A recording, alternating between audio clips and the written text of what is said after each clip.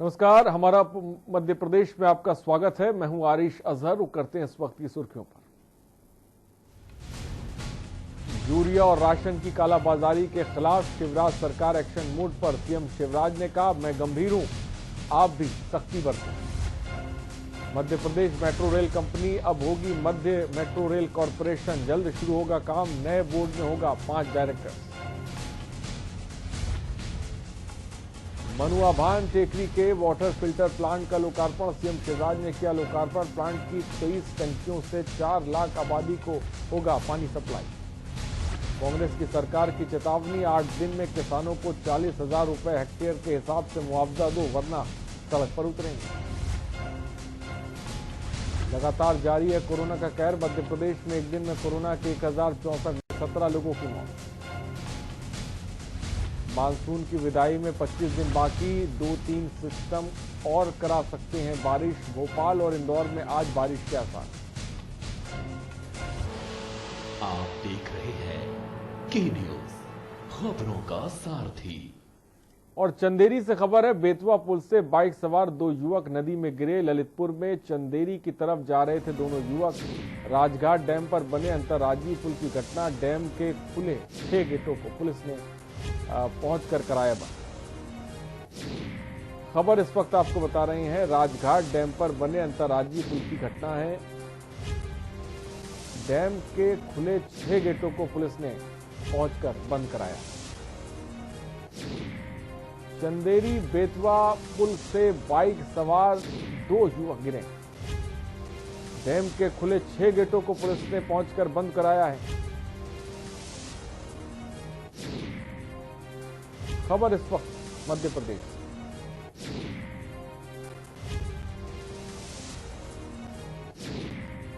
बेतवा पुल से बाइक सवार 2 युवक नदी में गिरे।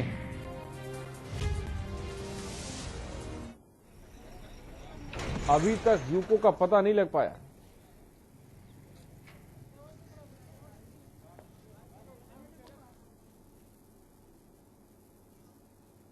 और Madhya Pradesh metro rail company limited का नाम अब Madhya Pradesh metro rail corporation limited होगा। इस बदलाव के प्रस्ताव को बुधवार को हुई गवर्निंग बोर्ड की बैठक में मंजूरी दी गई। कंपनी को बोर्ड बनाए जाने के संबंध में केंद्र सरकार, मध्य प्रदेश सरकार और Madhya Pradesh metro rail company limited के बीच 19 अगस्त 2019 को त्रिपक्षीय एमओयू साइन किया गया था और मुख्यमंत्री ने बैठक में निर्देश दिए कि इस संबंध में अगली कार्रवाई जल्द से जल्द की जाए, ताकि इंदौर भोपाल में मेट्रो का काम भी 3-4 साल में पूरा किया जा सके। बैठक में नगरीय विकास एवं आवास मंत्री भूपेंद्र सिंह, मुख्य सचिव इकबाल सिंह बैंस और अपर मुख्य सचिव वित्त मनोज गोविल, कंपनी के एमडी नीतीश व्यास समेत कई अधिकारी मौजूद थे। नए बोर्ड में 5 डायरेक्टर्स होंगे। मेट्रो रेल होगी Madhya metro rail corporation. Governing board की बैठक में मंजूरी फिलहाल मिल गई।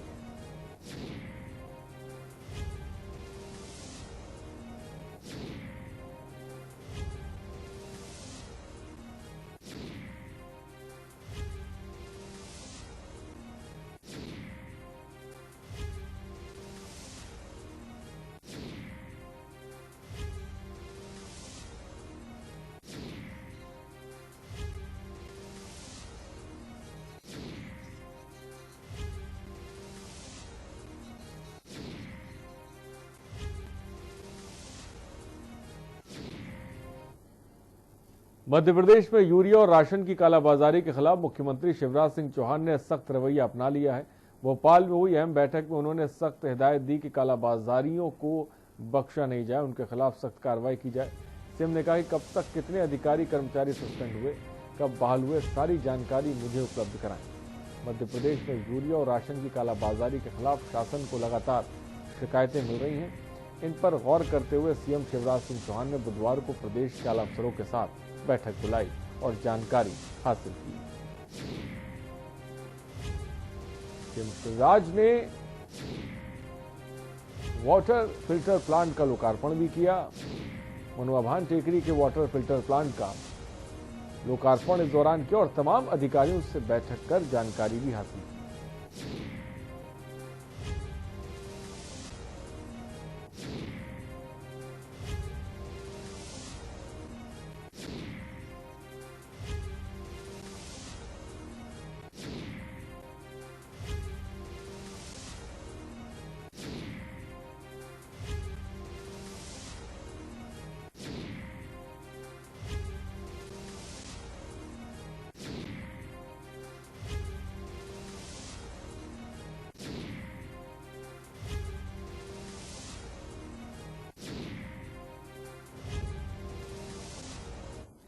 मुख्यमंत्री शिवराज सिंह चौहान ने मनुआ भान टेकरी पर बने 50 MLD क्षमता के नए वाटर फिल्टर प्लांट का लोकार्पण किया। इसमें 23 टंकियों के जरिए लगभग 4 लाख आबादी को पानी सप्लाई होगी।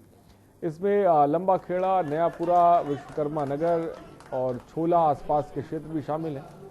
इस प्लांट को बड़े तालाब से कच्चा पानी मिलेगा और इसके लिए करबला पर इंटेंक वेल बनाया गया है। लोकार्पण समारोह के बाद मुख्यमंत्री ने यहां प्रस्तावित भारत माता मंदिर परिसर साइट का अवलोकन भी किया।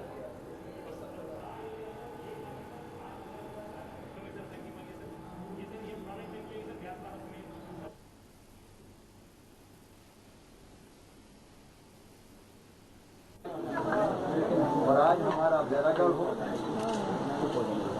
लांबा खेड़ा हो, खरौन, भानपुरा,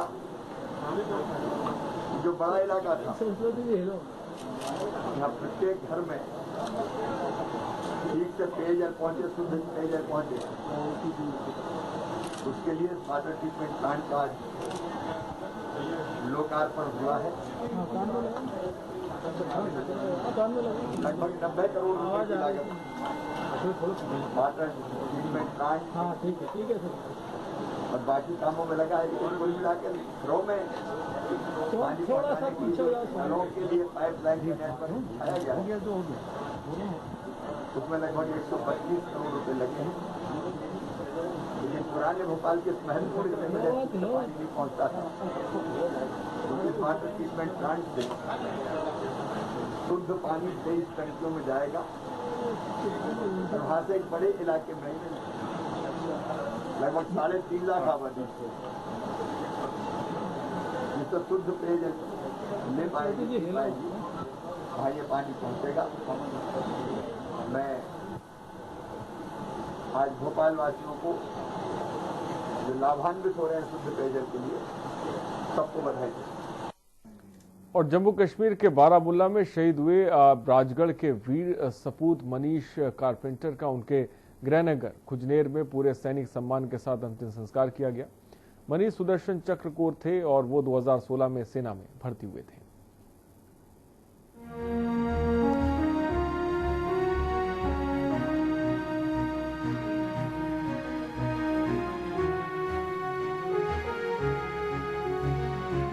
जम्मू कश्मीर के बारामुल्ला में शहीद हुए राजगढ़ के वीर सपूत मनीष कारपेंटर का उनके गृहनगर खुजनेर में पूरे सैनिक सम्मान के साथ अंतिम संस्कार कर दिया गया। मनीष सुदर्शन चक्र कोर में थे। वो 2016 में सेना में भर्ती हुए थे, जबकि उनके भाई हरीश भी सेना में हैं। मनीष के बड़े भाई हरीश भी सेना में पदस्थ हैं। उन्होंने मनीष को मुखाग्नि दी और मनीष सुदर्शन चक्र कोर में थे। शहीद को आखिरी सलाम देने के लिए पूरा राजगढ़ उमड़ पड़ा। लोगों ने नन आंखों से विदाई देते हुए शहीद के जयकारे लगाए। तिरंगा हाथ में लिए युवाओं ने वंदे मातरम और भारत माता की जय के जयकारे भी लगाए। सेना के वाहन में तिरंगे में लिपटा हुआ उनका पार्थिव शरीर खुजनेर पहुंचा। यहाँ पैतृक निवास में उनकी पत्नी और परिवार ने पार्थिव शरीर अंतिम दर्शन किए। इससे पहले मनीष की पार्थिव देह जम्मू कश्मीर से भोपाल लाई गई थी। यहाँ मुख्यमंत्री शिवराज सिंह चौहान ने उन्हें सलामी दी और श्रद्धांजलि अर्पित की। मुख्यमंत्री शिवराज ने ऐलान किया था कि खुजनेर में शहीद की प्रतिमा लगाई जाएगी और एक आश्रित को सरकारी नौकरी और शोक संतप्त परिवार को 1 करोड़ की सम्मान निधि दी जाएगी।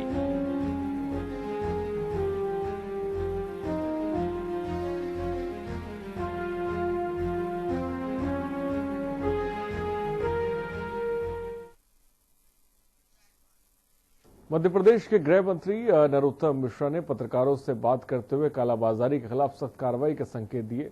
साथ ही एनईटी के विरोध पर कहा कि ये परीक्षाएं बहुत जरूरी हैं, इससे जन भागीदारी के काम होते हैं। वे कांग्रेस पर तंज कसते उन्होंने कहा कि यहाँ तो गांधी मुक्त कांग्रेस होगी या फिर कांग्रेस मुक्त भारत होगा। कोई भी यूरिया की कालाबाजारी करेगा, राशन की कालाबाजारी करेगा तो जेल ही जाएगा।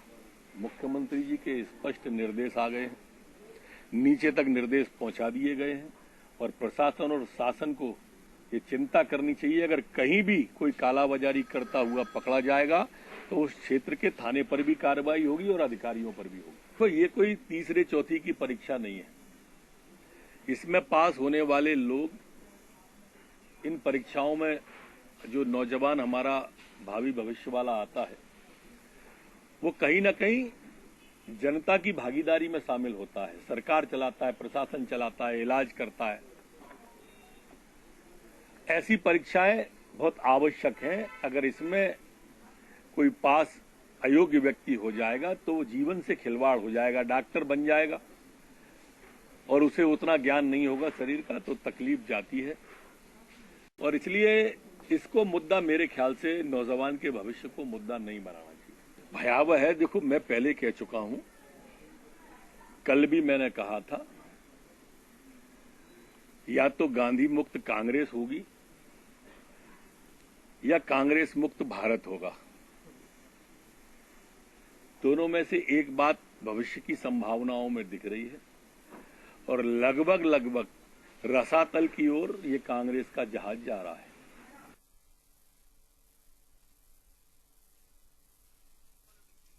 और पूर्व जनसंपर्क मंत्री पीसी शर्मा ने प्रदेश सरकार पर हमला बोला। क्या कुछ काम आपको दिखाते हैं। धाराएं कब तक गिराएंगे? उन धाराओं को एक्शन तो लो। अगर यूरिया इस समय नहीं मिलेगा और ब्लैक मार्केट में मिलेगा तो किसान करेगा क्या? आपने उनके ऋण माफी पे रोक लगा दी, उनके बिजली के बिल बड़े बड़े कर दिए आपने। आम आदमी का बिजली का बिल 50,000 1 लाख आ रहा है, किसानों के बिजली के बिल लंबे आ रहे हैं। तो निश्चित तौर पर यूरिया नहीं मिलेगा, बिजली नहीं मिलेगी, पानी नहीं मिलेगा सींचने के लिए, तो किसान करेगा क्या? और ऋण माफी नहीं होगी। सब चीजें तो इन्होंने रोक दी। भाई, धाराएं बताने से नहीं होगा, धाराएं लागू होना चाहिए। कोर्ट से लेकर पत्रकार वार्ता के स्थल तक हम गए तो 3 घंटे लगे और करीब 90,000 से ज्यादा लोगों ने स्वागत किया है। वहां कार्यकर्ता 90,000 से ज्यादा लोगों ने वहां पे स्वागत किया। और बाकी वो जो उसमें जो बच गए वो बच ही गए, वो अच्छी जगह पहुंच ही नहीं पाए। और जो सस्ता अभियान हुआ था उसमें कम से कम 10-12 हजार लोग थे जिनको वहां पे सस्ता दिलाई गई। कांग्रेस के कर्मठ कार्यकर्ता, उन पे केसेस लगाए जा रहे हैं, उन पे FIR हो रही है, उनको परेशान किया जा रहा है इस उद्देश्य से कि ये चुनाव में कांग्रेस शिथिल हो जाए, काम न करे। लेकिन भारतीय जनता पार्टी भूल जाती है, इससे कोई फर्क पड़ेगा नहीं। ये लोग वहां जाएंगे, उनके बातचीत करेंगे कार्यकर्ताओं से और उस वक्त कांग्रेस पूरी ताकत से, कांग्रेस का हर नेता सड़क पे लड़ेगा, घेराव करेगा थानों का, घेराव करेगा इनके शासकीय कार्यालयों का, इनके मंत्रियों का, कि ये फर्जी मुकदमेबाजी बंद करो।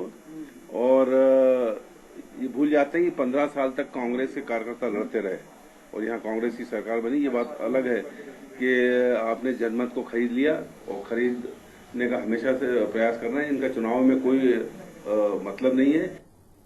और मध्य प्रदेश के पूर्व मुख्यमंत्री कमलनाथ और छिंदवाड़ा के सांसद नकुल नाथ ने संकट मोचन की शरण में पहुंचे। भगवान हनुमान के चरणों में माथा टेककर देश और प्रदेश के कोरोना से मुक्त दिलाने की प्रार्थना की। पिता पुत्र सिमरिया के सिद्ध हनुमान मंदिर पहुंचे और पूजा अर्चना कर भगवान से कामना की और संकट की घड़ी में मुक्ति दिलाए। उन्होंने मंदिर में व्यवस्थाओं का जायजा लेकर व्यवस्था बनाने के भी निर्देश दिए। और मीडिया ने खरीद फरोख्त कर सरकार बनाने के सवाल पर पूर्व सीएम ने कहा कि जनता सब देख रही है, जवाब जरूर देगी। तो कोरोना से मिले मुक्ति, इस तरह की कामना भगवान से की पूर्व मुख्यमंत्री। ये जो चपेट है कोरोना की, इससे अपना प्रदेश मुक्त हुए। ये आज हमारी अर्थव्यवस्था, हमारे गरीबों को सबसे ज्यादा प्रभावित कर रहा है और इसका बहुत लंबा असर पड़ने वाला है अगर ये चलता रहा। तो मैंने आशीर्वाद भी मांगा। उपचुनाव को लेकर अनूपपुर विधानसभा क्षेत्र में पार्टी का प्रचार प्रसार और कार्यक्रम और आयोजित किया गया और कांग्रेस पार्टी के सेवादल प्रकोष्ठ का मुख्य कार्यक्रम भी किया गया। सेवादल प्रकोष्ठ के संस्थापक डॉक्टर NS हार्डिकर का पुण्यतिथि पर अनूपपुर जिले के सेवादल प्रकोष्ठ के संभागीय अध्यक्ष और जिलाध्यक्ष और कांग्रेस पार्टी के सभी पदाधिकारी कार्यक्रम में शामिल हुए और कांग्रेस पार्टी को अनूपपुर विधानसभा सीट जिताने का संकल्प लिया गया।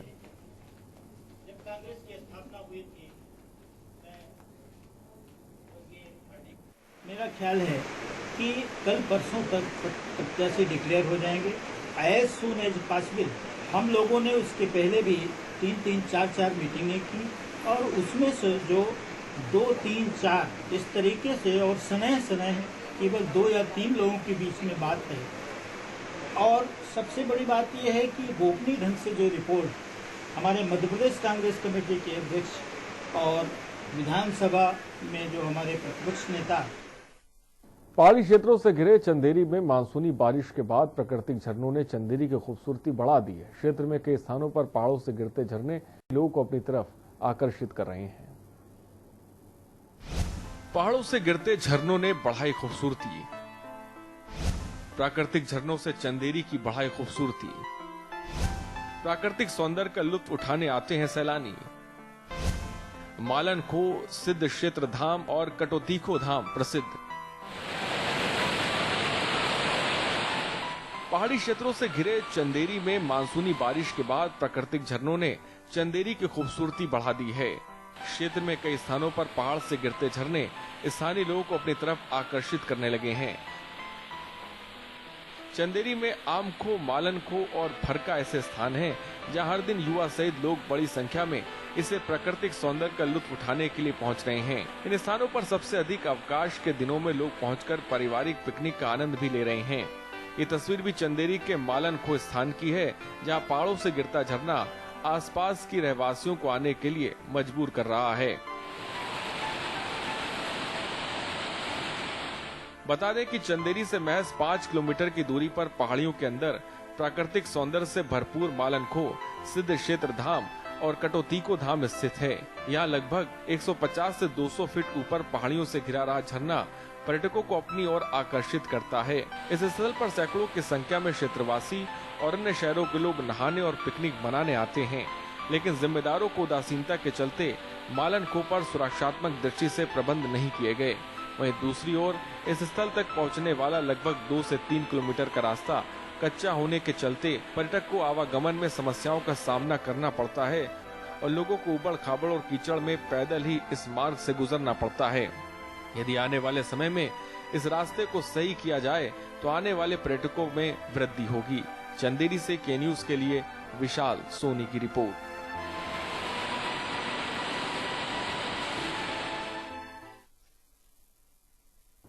और विदिशा के कुरवाई में एक बड़ी ही दर्दनाक घटना सामने आई, जहां बेतवा नदी पर नहाने गए 2 युवकों की नदी में डूबने से मौत हो गई।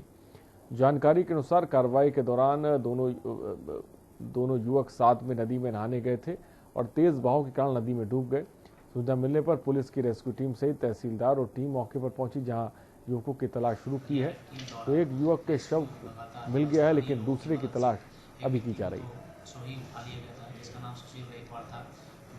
राघवगढ़ का रहने वाला था और एक व्यक्ति अभी शाम को ही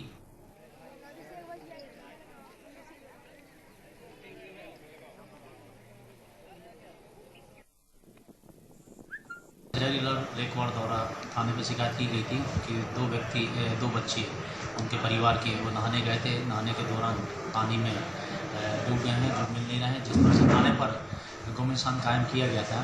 थाने की DRF टीम द्वारा रेस्क्यू लगातार और स्थानीय लोगों की मदद से एक व्यक्ति को तो सो ही उठा लिया गया था, जिसका नाम सुशील रेकवाड़ था, जो कि राघवगढ़ का रहने वाला था। और एक व्यक्ति अभी शाम को ही रेस्क्यू टीम द्वारा उसको पानी में से निकाला गया है। तो रेकवाड़ द्वारा थाने में शिकायत की गई थी।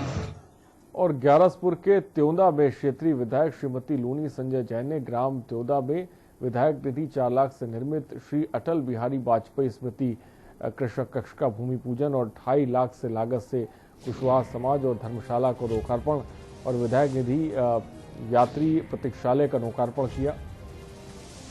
और प्रदेश के संवेदनशील मुख्यमंत्री श्री शिवराज सिंह जी चौहान की BRC योजना सामयिक मृत्यु के अंतर्गत 4 परिवारों को प्रति परिवार 4 लाख की राशि भी दी गई।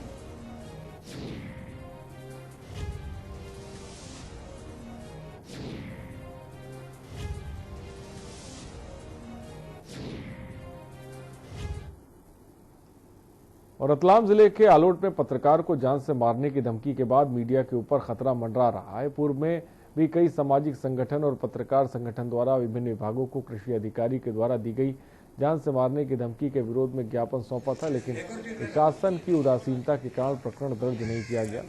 कालूखेड़ा थाना प्रभारी को मुख्यमंत्री के नाम तो आलोट शहर ब्लॉक कांग्रेस द्वारा तहसील कार्यालय आलोट में एसडीएम मोहन लाल आर्य को ज्ञापन देकर कृषि अधिकारियों को तत्काल निलंबित करने की मांग की गई है।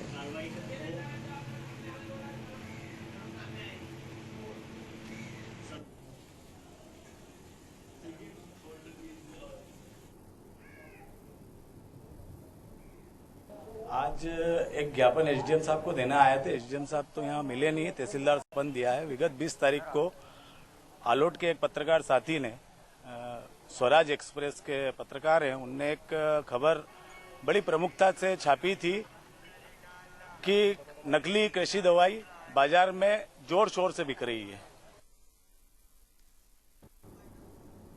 खबरों में इतना ही। बने रहिए हमारे साथ। नमस्कार।